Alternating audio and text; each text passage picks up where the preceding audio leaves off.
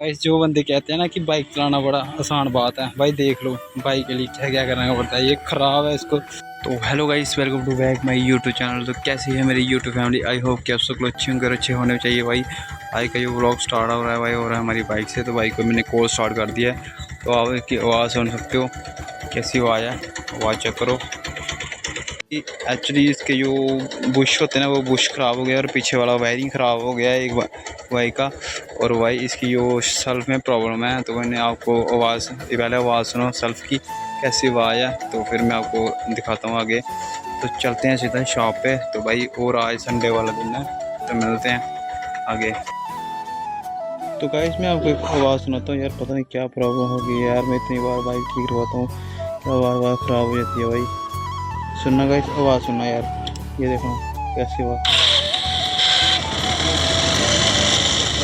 इतनी ज़्यादा पूरी बाइक खोल दी है। पूरा देखो, पूरा जो मैंने सेल्फी नया डलवा दिया वो सामने सेल्फी, ये सेल्फी डाल दिया नया। और पूरी भाई इसके बुश वगैरह ये ख़राब हुए थे, ये भी डाल दिया। आज पूरी बाइक खुलवाई है भाई आज घुमट में।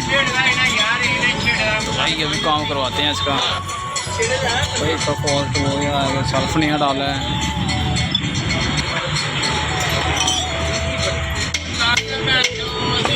ने बड़ा ज़्यादा परेशान किया था यार इतने दिन से, तो मैंने आज ना पूरी बाइक खुलवा ही दी। आज देख लो आप, पूरी खुलवाई है भाई।